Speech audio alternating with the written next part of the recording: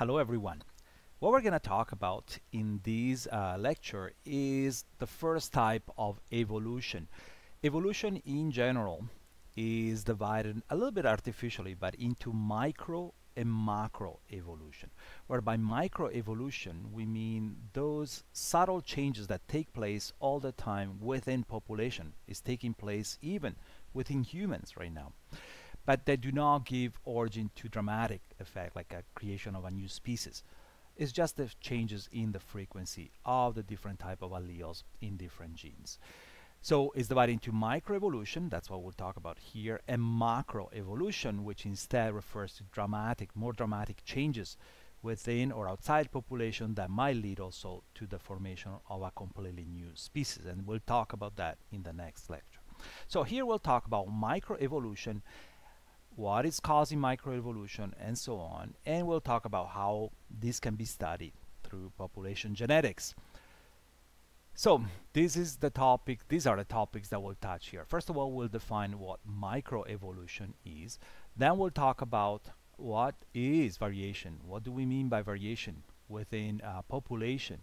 And what type of variation are indeed undergoing microevolution.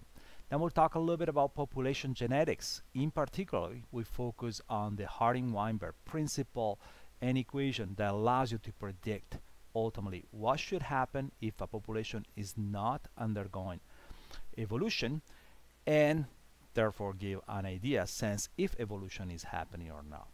And then we'll talk about what are the factors that lead to microevolution. We'll talk about mutation, gene flow, and so on.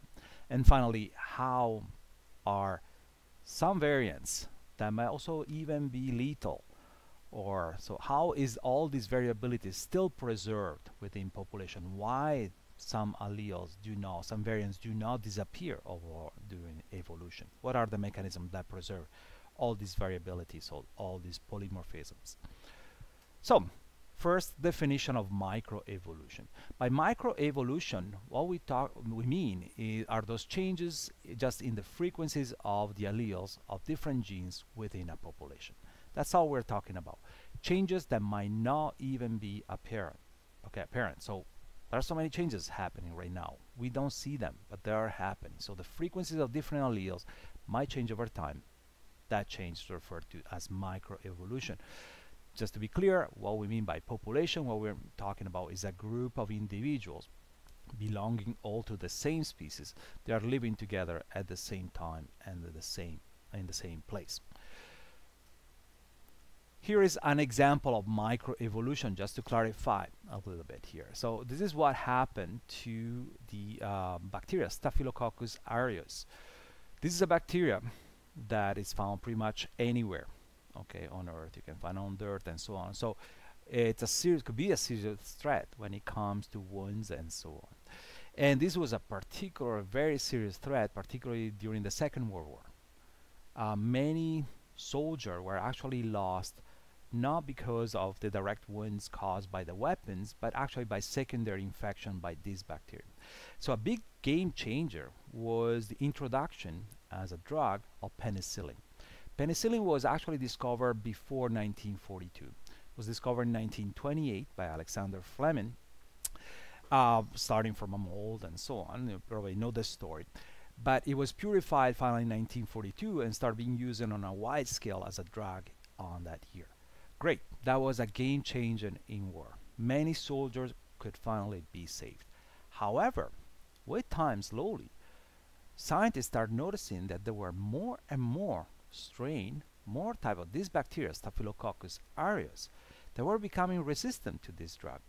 So making this drug completely useless. Just to give you an idea, so 4 years later, that's when they started noticing that there were some strains that were resistant to penicillin.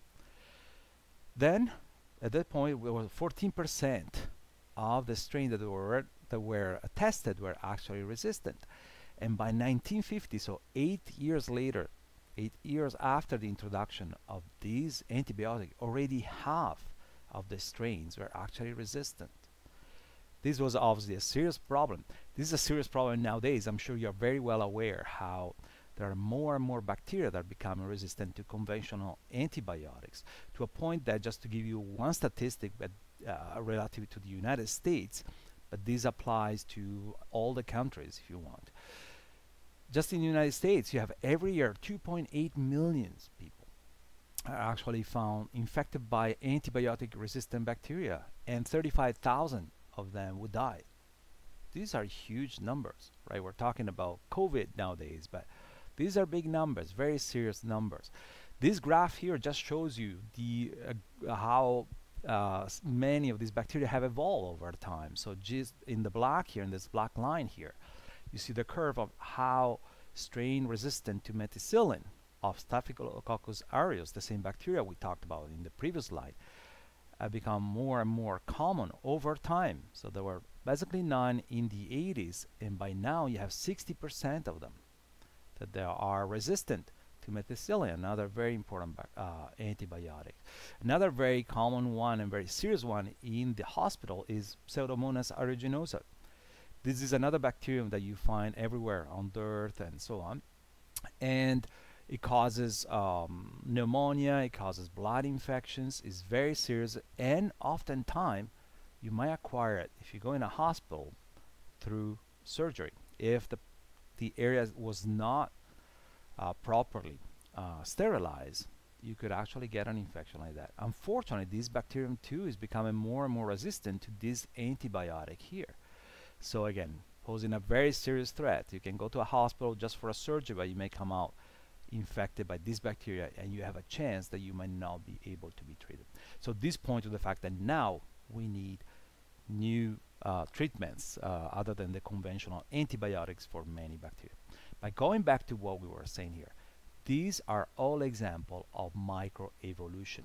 So what is happening now? What is happening there is that you have that all of these bacteria, they have a big variability within their populations. In reality, they all look the same when you look at them under the microscope, but in reality you have different genetic variation within these populations, and some of these variation normally are very low frequency, but may affect a gene that can actually make them resistant to an antibiotic. So if the antibiotic is not present, these bacteria that have this mutation that makes them resistant to the antibiotics are in a large minority. They're very low frequency, right? But then once you add the antibiotic, you start using it widely as a treatment, now you are selecting for these small bacteria, small group of bacteria within that population. You're killing those that don't have that mutation, and now these bacteria that have this adaptive trait, we're talking about natural selection here, that have this adaptive trait, now they start reproducing more and more and more, and their frequency become much more abundant within the same population, to a point that they can become completely, all the bacteria might become resistant to that antibiotic. This is something that you can see even in a laboratory. In a laboratory, you usually grow bacteria on a solid medium.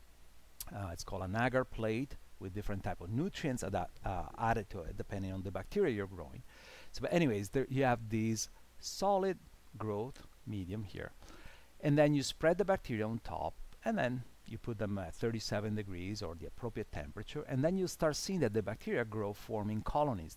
These dots you see here, they are all colony originating from a single bacterium.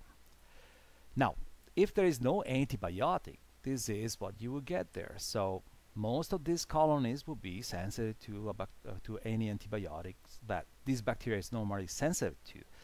And the antibiotic resistance here in red will be a small minority. But now, if you add, and you can do that, you add some antibiotic here on top, and you wait sometimes, you see that actually the bacteria that are resistant, they are dying. So you're basically adding what is called a selective pressure, which consists on the antibiotic. By doing that, the bacteria that are sensitive to the antibiotic will start dying, whereas those that are not, the resistant bacteria, which were in a minority at the beginning, will start replicating. And so the frequency of these antibiotic resistant bacteria in the overall population will be completely flipped. they start becoming the most dominant form of the bacteria. So this is an example of microevolution, where the adaptive trait is the capacity to degrade the antibiotic, okay? And the selective pressure, or the adaptive trait, is exactly that, right? And so the selective pressure is the addition of the antibiotic causes these bacteria that are adaptable to have a survival and reproductive advantage, which then led them to spread and increase in frequency over the total population. Now, what are the variations that we're talking about here? So we're talking about microevolution and how the variation within the population or the frequencies of the variants can change over time. What variation are we talking about? Now, variation are present in all population.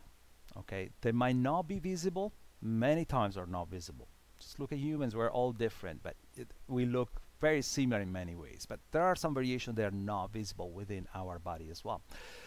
Sometimes you can see them right away, like in this case, but sometimes they're very, very basically invisible, like in this case. But if you look carefully, you can actually start noticing some slight differences in the spacing, for example, between these lines and so on. Now, in general, the variation can be classified into two big groups: quantitative and qualitative type of variation. When we talk about quantitative type of variation, we are talking about variation which in organisms are usually caused by more than one gene, okay? And they give origin to phenotypes that are not really divided into 2-3 clear groups, but they are corresponding to small increments. An example is of a quantitative variation is the body weight or the height of people. Here you see a graph that shows you the distribution of the height between women and men in inches here. So this is the distribution. As you can see, the height is not that you have people that are 55 inches or 70 inches and that's it. You have everything in between, right? And the frequency of the people, obviously, with certain height changes. So you have a mean value here in the middle, but then there is all the other possibilities basically present there. The same thing for the men here.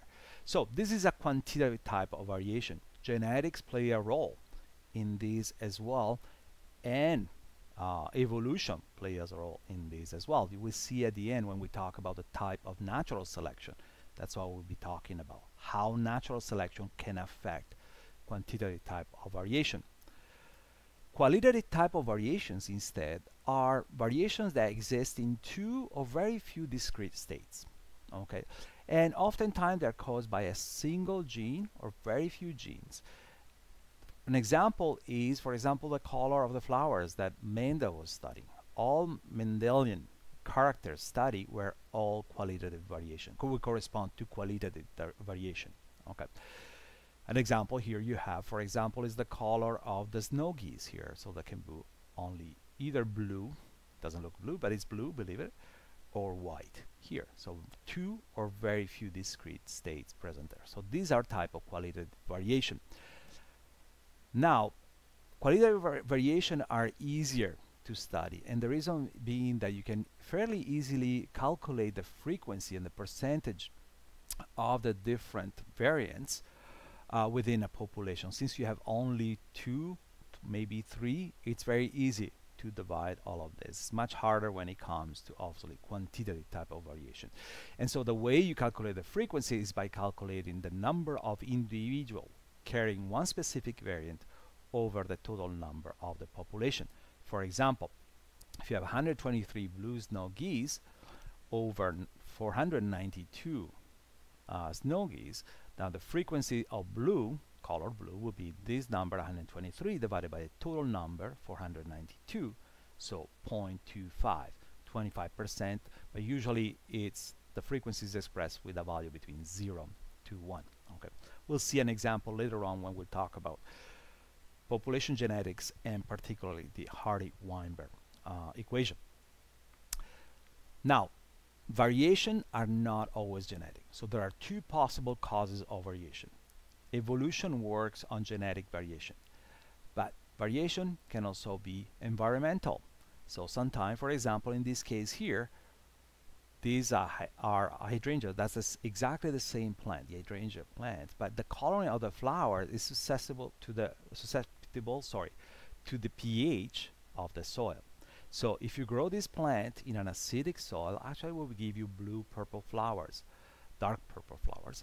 Whereas if you put in a neutral or basic soil, now these flowers actually will be pink. So there is no genetic behind this coloring. These are environmental variation. They're not susceptible to evolution, which instead works only on genetic factors. So now the first question is, how can we figure out if a variant is environmental or genetic before you actually study? Well, you can do that by taking the organism that have those variants and try to submit them to artificial selection.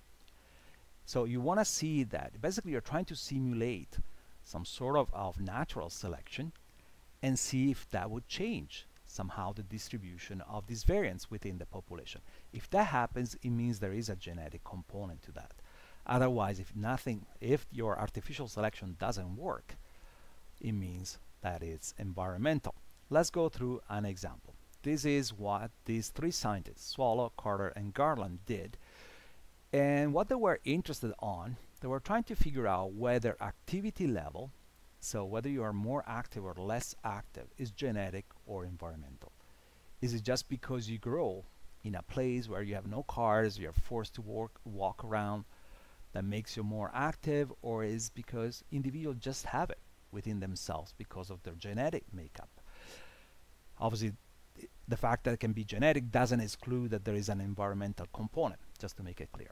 But is there a genetic base as well? That was their question. And so what they worked on was mice, great tool for science as usual. And basically what they were doing, they were looking at a group of mice and see which one were more active, which one were less active, and they tried to selectively breed, so artificially select those that were more active. So how did they do their experiment? Well, they were first of all testing activity by checking how far they could run and what was their speed. So you could take it, say you have 10 mice, you test them individually, see how fast they go. And by doing that, you can divide it between more active and less active. And then they would take the mice that were more active. So this will be the group more active. This is obviously the lazy one. Not much action there. They would take only the active one and they would force them to basically to breed. Okay, so they will produce another generation. They will do the same thing with the next generation and so on. So they were doing artificial selection for the activity level. Now, if it was true, what you would expect to see is that in the long run, after X number of generations, you should have enriched the active mice within the population. So if here, for example, there were only 50%, here should end up having 80-90% of them if there is a genetic base. The reason being that you always bred mice that theoretically, if is genetic, they should have been carrying the gene that makes them more active. And indeed, that's what they saw. So these are the results, both in terms of distance run and average speed. And so, and what they saw is that if you randomly breed the mice, the activity level doesn't really change over generations. So they went on for 10 generations here. Same thing here. So the green line here shows you the control line. This is just randomly breeding the mice, whether they're active or not, the activity doesn't change.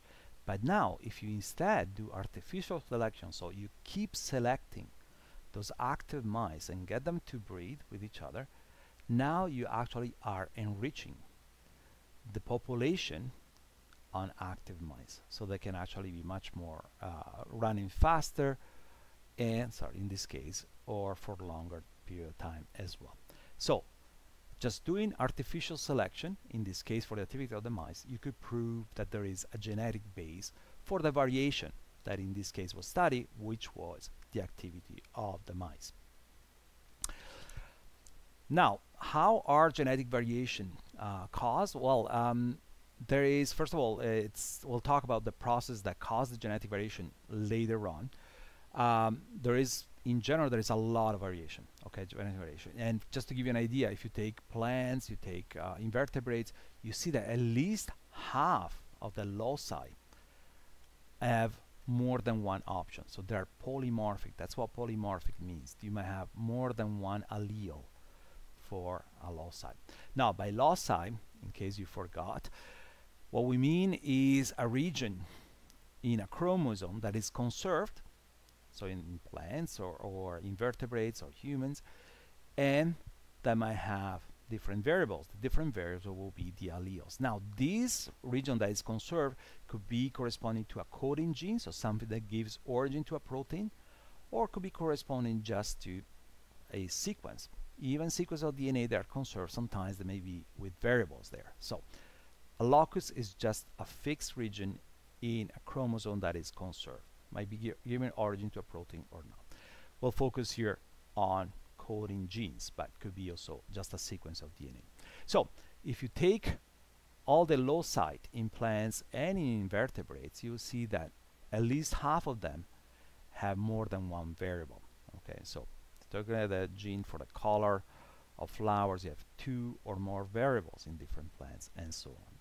Now, genetic variation, and we'll talk more later on, can arise in different ways. So different alleles can be generated either by production of new alleles, could be due to DNA recombination, rearrangement of existing alleles, or could be DNA recombination, for example, during meiosis. That could be a way in which this is generated, or you can have complete new production of alleles through other mechanisms.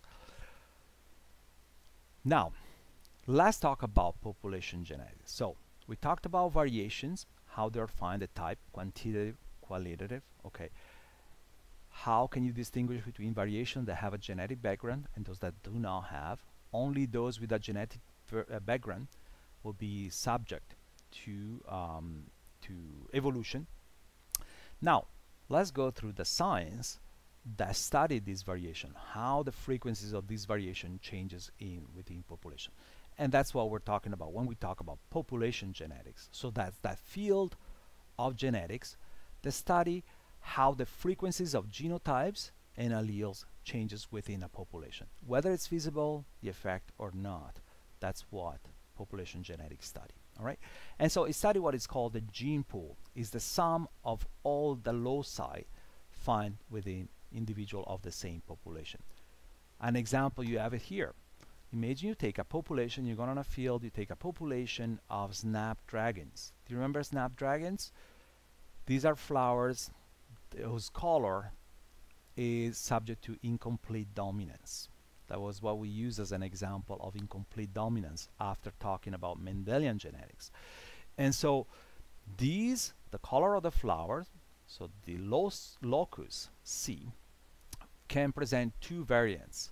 The variants are, which will give origin, if it's in the homologous genotype, will give origin to a red flower, or the W, or white variant allele, which in the homologous state will give origin to a white flower.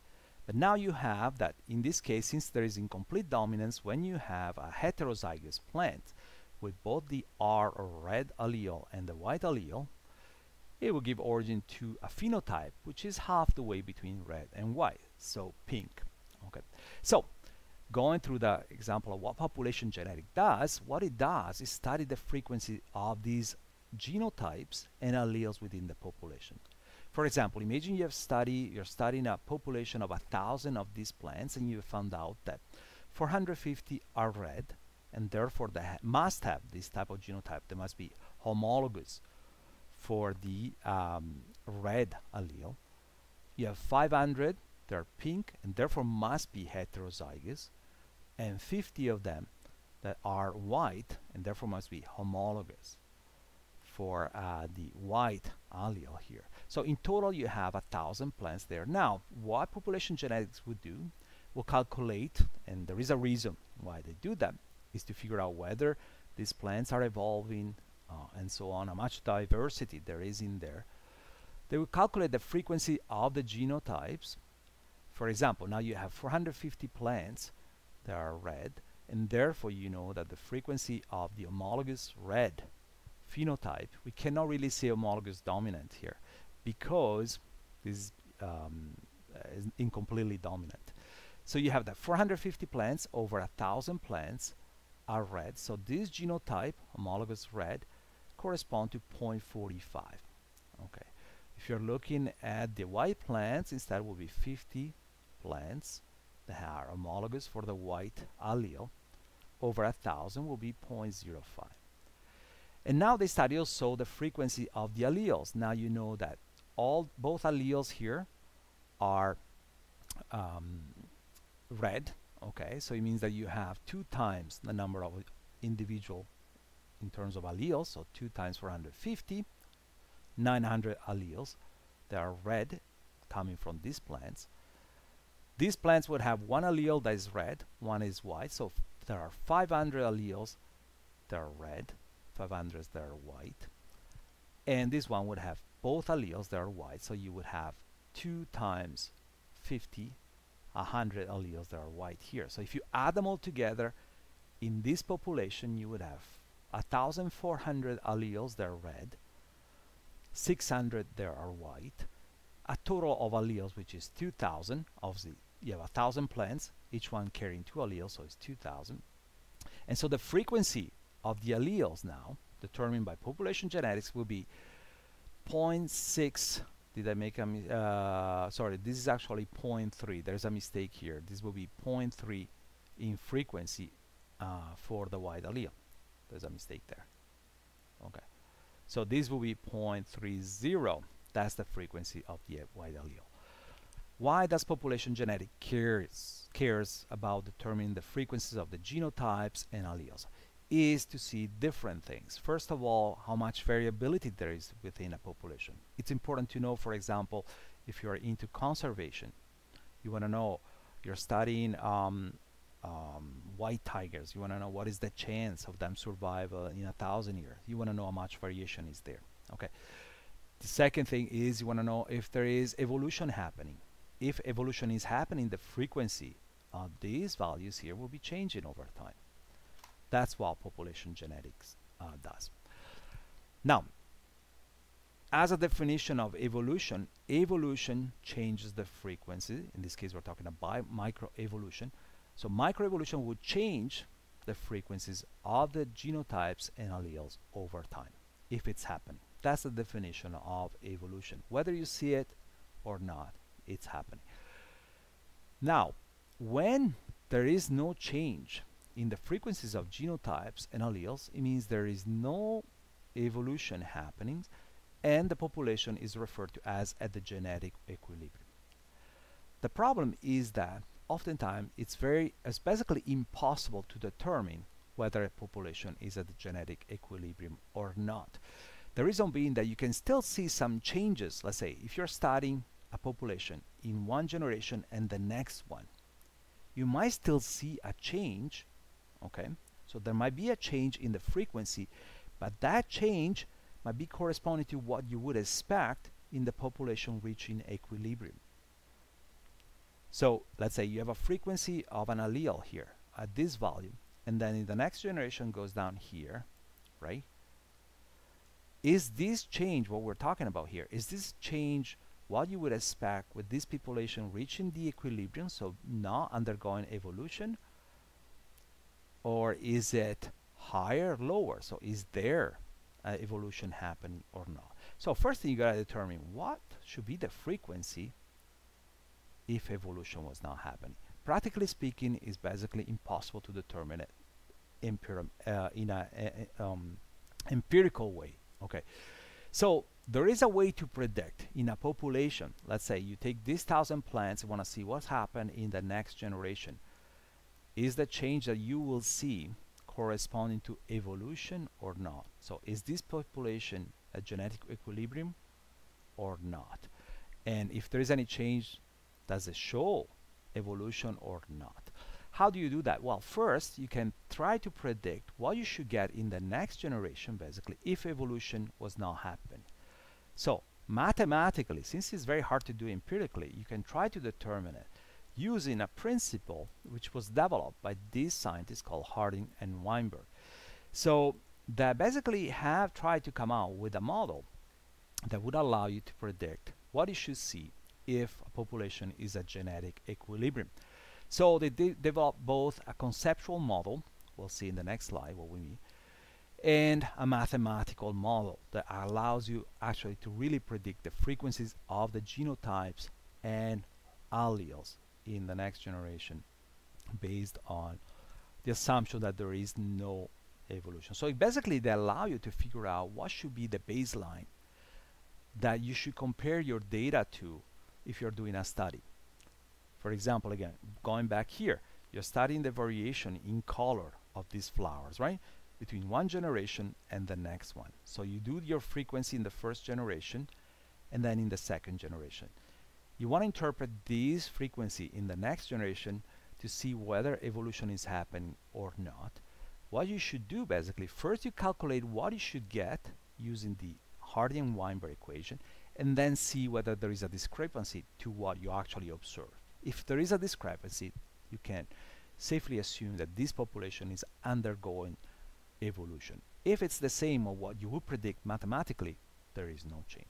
So that's what Harding-Weinberg principle does. Allows you to figure out what you should see if there is no evolution happening.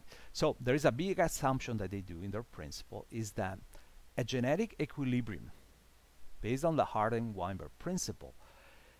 So a population will reach a genetic equilibrium basically if there is nothing that can drive evolution. So no mutations are happening. The population is close to migration. So you don't have anybody else bringing different frequencies of alleles within that population.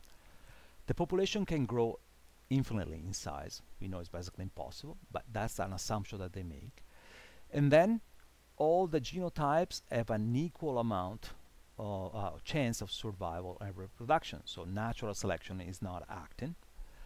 And all the individuals in the population were made randomly. So they don't have a preference for a certain phenotype versus another one. So if all of these situations are met, then a population will be a genetic equilibrium, right? So microevolution will not be happening, and the population, the frequency of the allele should stabilize. So how can you actually calculate what will be the expected frequency? Now, let's go back to the example that we used before of the Snapdragon. The reason why we like to use the color of the Snapdragon as an example is because it makes it very direct to figure out what is homozygous for one allele or heterozygous, right? Because of the incomplete dominance. But what we're talking about here will work also for Mendelian character where there is complete dominance. Okay, so it's not limited to incomplete dominance example here. So now let's go back to the example there. So in the Snapdragon flower here, you have two possible alleles for the color for the locus C. So you have the red, it makes red flowers if it's a homozygous. The frequency of these alleles referred to as P, and the other allele is white, W. The frequency is referred to as Q. There is another mistake there, my apologies. Sorry, I'm trying to change it so you see what I mean here. If this lets me do it, okay, this will be Q, okay, just to make it clear. So P for R, Q for W. And then there are three possible genotypes. So you may have the homozygous form for red, heterozygous, and homozygous for white. I'm not going to use homozygous dominant or recessive, the reason being there is incomplete dominance, as I mentioned before. And so let's use the example that you are working on a field, you counted 1,000 plants, and 450 have been shown to be red and therefore have this genotype here, homozygous for red. 500 have pink flowers, so they are heterozygous, and 50 are homozygous for white and therefore have white flowers here, like this one right here. That's it. So you can determine the frequency of the different genotypes, right? So this is in the first generation. That's the one you are observing right now. Okay. So The genotype frequency in this population can be calculated fairly directly. So you have 1,000 plants, 450 of them are red and therefore must be having a genotype which is homozygous for the red allele. And so their frequency will be the number of plants, 450, divided by the total number of plants, 0.45. For the pink one, you have 500 plants over 1,000, so the frequency is 0.50. And the white ones, the frequency is 0.05. So that's the frequencies of the genotype in the population you're looking at. Now, what is the frequency of the alleles? We determined before, but let's do it again. So now you know that the plants, so the red plants, which are homozygous for the red allele, would have 2 copies of the red allele. So each red plants, you have 450 of them, would contribute 2 alleles, 2 red alleles. I hope you're okay with that. So the total number of alleles coming from these plants is equal to double the number of the plants, 2 times 450. So you have already 900 red alleles present in these populations. Now, the pink plants will carry 1 red, 1 white allele.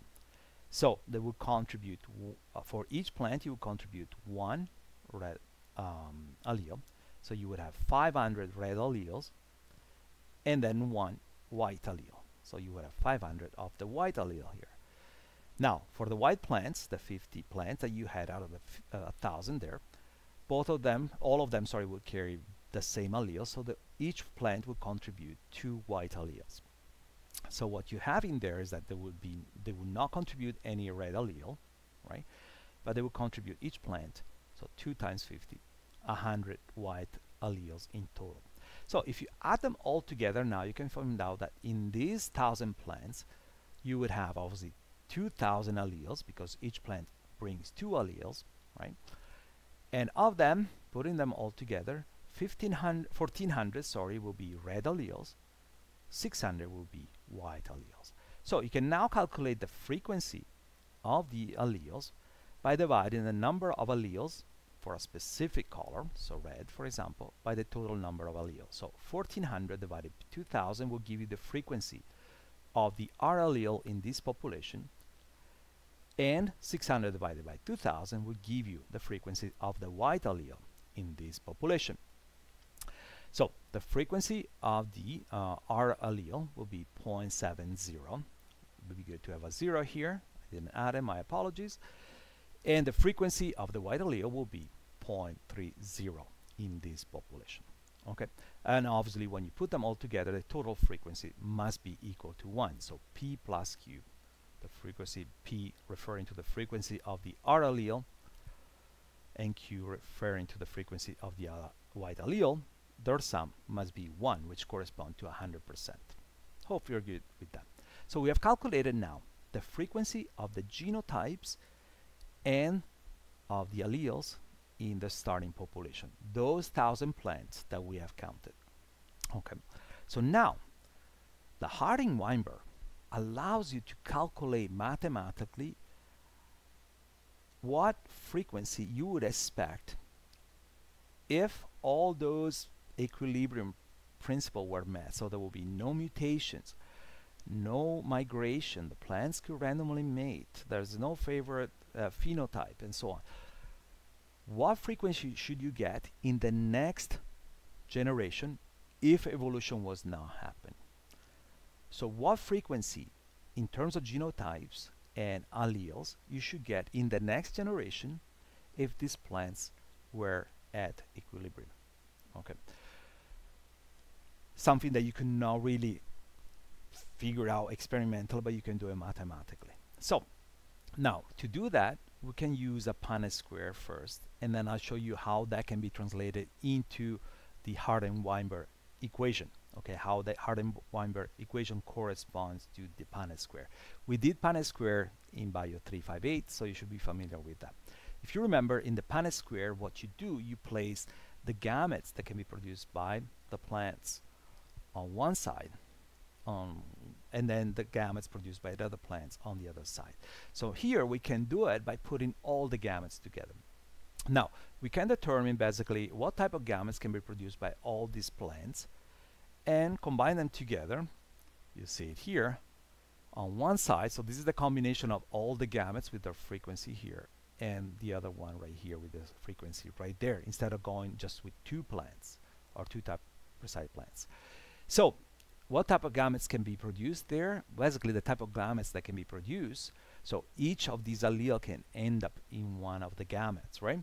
So these plants here could produce basically 900 type of gametes, all carrying the same allele, right? These plants could produce 500 type of gametes carrying the red allele, 500 with the white ones. And this could produce 50 with the white allele, 50 with the white allele, so 100 all with the white alleles. Okay, this corresponds basically to the frequency of the different alleles. Okay, so now that's the total. As you can see, correspond exactly to the frequency of the alleles in the population. So you would have that 0.70 of the gametes would have the red allele, 0.30 would carry the white allele, right? So what it means is that if you take all the gametes produced by the population, 0.70 or 70% would have the red allele, 30% or 0.30 would have the white allele. And so these are the values you can put on your Punnett square to calculate ultimately the frequency of the different genotypes that you be producing from this generation into the next generation. So now you have 0.7 gametes with the red allele, 0.3 with the white, corresponding to the frequency of the alleles here, P and Q. So you can put them together. So if this allele red meets with this, will give you all red plants, right? This will be the genotype that will give you homozygote for red. And the frequency will be the product of these two values, 0.7 times 0.7. So we'll give you frequencies of 0.49. So meaning that if you were producing 1,000 plants here, 450 of them will be homozygous for the red allele. Now, if you have instead a gamete here with the white allele, meaning a gamete fusing with a gamete with the red allele, you will get a heterozygous plants, which will be pink, sorry, due to the incomplete dominance, and the frequency of this event will be 0.3 times 0.7, 0.21. Same thing if you cross this gamete with this gamete, same frequency, 0.21. So together now the frequency that you should get of the heterozygous plants will be the frequency here plus this 0.21, 0.21, 0.42. So meaning 420 plants out of 1,000, if there were 1,000 produced, will be heterozygous. And then the white one, same reasoning, so you can get white only if the gametes with the white allele meet a gamete with a white allele. And so the frequency of this event will be the product of 0.3 times 0.3, so 0.09. So meaning that only 90 plants out of 1,000 produced would have the homozygous white genotypes. So as you can see, if you remember the frequency, so take this as 490 out of 1,000, 420 out of 1,000, and 90 out of 1,000. These are numbers that are different from what that were observed in the previous generation. So what it means is that there's 450, 500, not too far off, but different, right? So what it means is that the frequency of the genotype from this generation, let's call this generation 1 to generation 2, has changed, meaning that this population here at this point was not at equilibrium when it comes to the genotype. All right. What about the allele frequency? Well, we can do the calculation again in the second population. So these are the values now for the second populations. Let's do the calculation for the allele frequency in this population. Okay. So now, sorry, one thing I want to point to you here, sorry, before we do the calculation for the allele frequency, is how the same thing, this calculation here that we did here, could have done mathematically just by multiplying P plus Q times P plus Q, which would give you this formula right here mathematically. So this is P plus Q times P plus Q, give you P squared plus 2PQ plus Q squared, where p square will correspond indeed as the frequency of the genotype with the red, right? Q square will correspond to the frequency of the genotype of the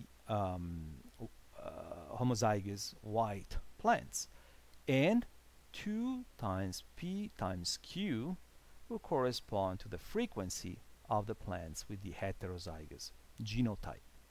So as you can see, this is the Harding-Weinberg equation. The Harding-Weinberg equation basically allows you to skip doing this Punnett square and allows you to calculate directly. If you know the frequency of the alleles in the first generation, so you know that the frequency of the red allele is 0.7, all you have to do to figure out the frequency of the genotypes in the next generation, you just square the frequency of the red allele. Here will give you the frequency of the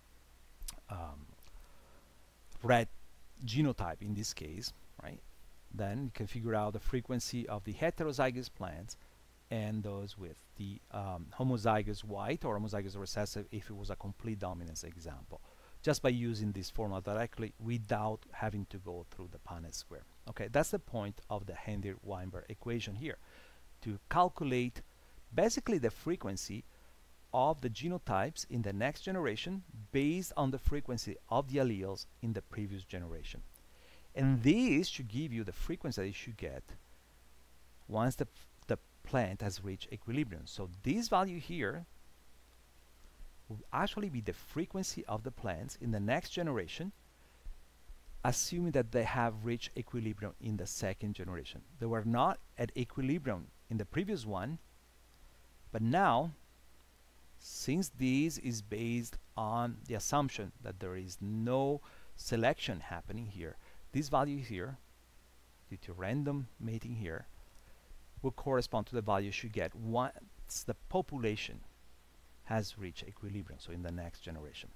In fact, if you do this over and over, a third generation, you see that this value will get the same. Okay, the population was not in equilibrium in generation 1, but now with the Harding-Weinberg equation, you have calculated the frequency of the genotype expected in the absence of evolution, so at equilibrium. So if you count now actually empirically the plants in the second generation and you see any discrepancy to this, it means that evolution is happening. If you get value identical to this, now you know that your values meet the theoretical value that you should get if there is no evolution. So now you can see that there is no evolution if you calculate ultimately the frequency of the allele in the second generation too. So now you will say that you have at equilibrium here you would have 490 plants out of 1,000, which would be red, 420 which would be pink, so heterozygous, and 90 out of 1,000 that will be white. So if you do the same reason that we did before for the first generation to calculate the frequency of the two possible alleles here in this population, you will see that the frequency here, so the heterozygous plant, would bring one red allele, whereas the homozygous red plants, so the red plants, will contribute to 2. So altogether, you will get 1,400 plants out of 2,000, or alleles, sorry, out of 2,000, 70%, 0.7, exactly like in the first generation. This value here tells us basically the next generation.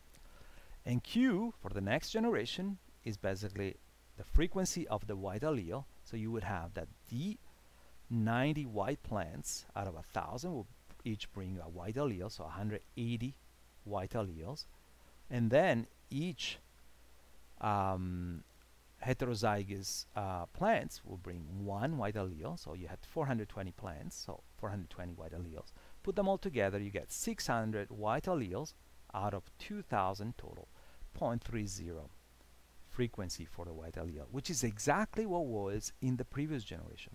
So you can see how, even though based on the frequency of the genotypes, the first generation, the starting generation, was not at equilibrium. Now, based on the frequency of the alleles, you can see that that has not changed. And so it tells you that now this has reached equilibrium, and the plant has reached equilibrium. That's exactly what the Harden-Weinberg is telling you. It's giving you the frequencies to determine what you should get once the plant reach equilibrium. And obviously now, if you do the Punnett square again with this value, you go back or you use this value again with the Harden-Weinberg equation, you will get exactly this value. So telling you that at this point, even the genotype will stay constant from generation to generation. That's indeed what the Harden-Weinberg equation is telling you. What will be the frequency of the genotypes and phenotypes you get if the plant was not, if the plants were at equilibrium? Now, basically you have a baseline that will allow you to determine whether these plants are evolving or not. So if you see that the frequency indeed, so let's say that's the frequency you would expect to get from now on in every single generation for these two alleles, but now you see that in reality, when you count the plants, this is gone down to 0.58 and this has gone out obviously to 0.42. This is different from what you would expect based on the Harden-Weinberg equation, and therefore you can conclude that the plants are evolving. There is some driving force that is changing the frequency, the expected frequency of the alleles. Evolution is happening. Again, I'll say 1,000 times, the Harden-Weinberg equation is just giving you that line, the expected value you should get. If evolution is not happening, any discrepancy you observe in the field by doing your real counting correspond to eventually evolution. Okay, that's it. I'm gonna stop here. In the next part of this lecture, we'll talk about what are the agents that ultimately lead to evolution, and then we'll finish up by talking about how some alleles, sometimes even lethal alleles, can be preserved in population despite evolution taking place.